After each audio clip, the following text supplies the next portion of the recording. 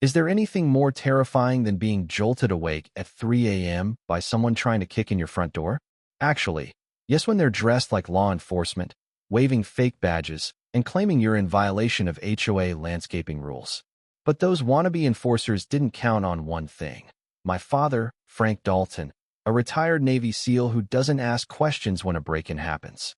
He acts. That night, they came thinking they held power. They left in handcuffs, their HOA empire shattered. And what followed our revenge was worth every fine they ever threw at us. 6 months earlier, my wife Lauren and I had finally scraped together enough to buy our dream home in Sycamore Creek, a perfect little neighborhood with tree-lined streets and picturesque houses. Our 14-year-old daughter, Abby, loved it instantly, and my dad moved in with us after losing my mother-in-law. I was a former software engineer with a military background and thought I'd seen my share of bureaucracy. But nothing prepared me for the HOA. The welcome basket arrived with cookies, a smile, and a binder thicker than a law textbook. Page after page of petty rules, exact grass height, specific paint codes, even holiday decoration timelines. It was absurd, but I figured as long as we didn't make waves, we'd be fine. Our first violation came 2 weeks later. Apparently, our mailbox was 3 shades off from the approved Sycamore taupe. I checked. It matched perfectly. I sent a polite email with proof. 3 days later, we got a letter threatening a $50 per day fine, signed by Sylvia Harmon, the HOA president. That was our first taste of her tyranny. Still trying to settle in, I planted a native flower bed coneflowers and black-eyed Susansto brighten our yard and attract butterflies for Abby. The next morning, a violation notice was taped to our door, unauthorized landscaping, with a $100 per day fine. I combed through the binder and found a clause explicitly allowing native species with documentation. I sent a detailed rebuttal with university-verified info. Sylvia ignored it. Word of our defiance spread. Abby was mocked at school. Neighbors turned cold. Even sweet old Mrs. Parker stopped waving. My wife, always calm, whispered one night, "Maybe we made a mistake." My dad, though, began documenting everything. He kept logs, took photos, and printed every violation. "I've seen dictators with fewer rules," he joked, though we weren't laughing. Then one evening, they came in person. Sylvia, with her tight blonde bob and smug expression, showed up with Greg Loomis, the HOA vice president, and a guy named Travis Kane, calling himself security. He wore a uniform with a fake badge and stood like he wanted a fight. They demanded we remove the flowers.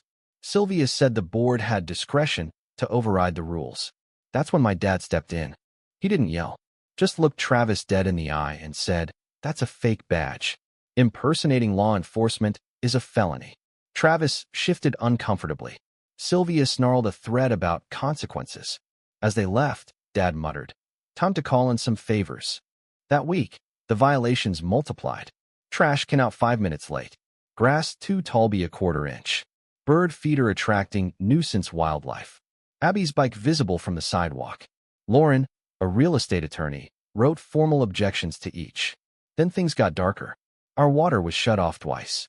The electric flickered before Abby's Zoom class. Lauren's brake line was mysteriously cut, and our cameras caught Travis creeping near our windows. Dad found a tiny listening device in a fake rock outside.